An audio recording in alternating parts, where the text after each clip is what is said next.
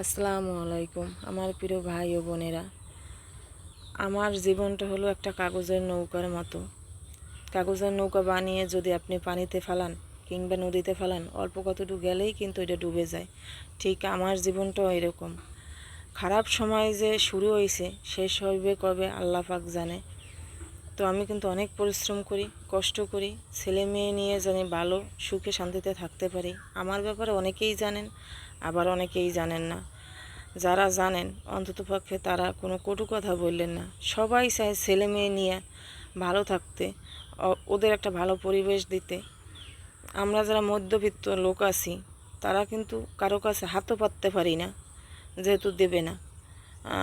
আর অন্য কোনো ব্যবস্থাও নাই, তাই ছোটোখাটো একটু কাজ করি, পেজে কাজ করি। আমি যদি একটু ভালো জায়গায় যাইতে পারি, ছেলে মেয়ে নিয়ে একটু ভালো পরিবেশে থাকতে পারি, তো আপনাদের তো সমস্যা নাই। আপনারা দোয়া করবেন যেন আমি ওদের মানুষের মতো মানুষ করতে পারি, এটাই আমার বড় ইচ্ছা।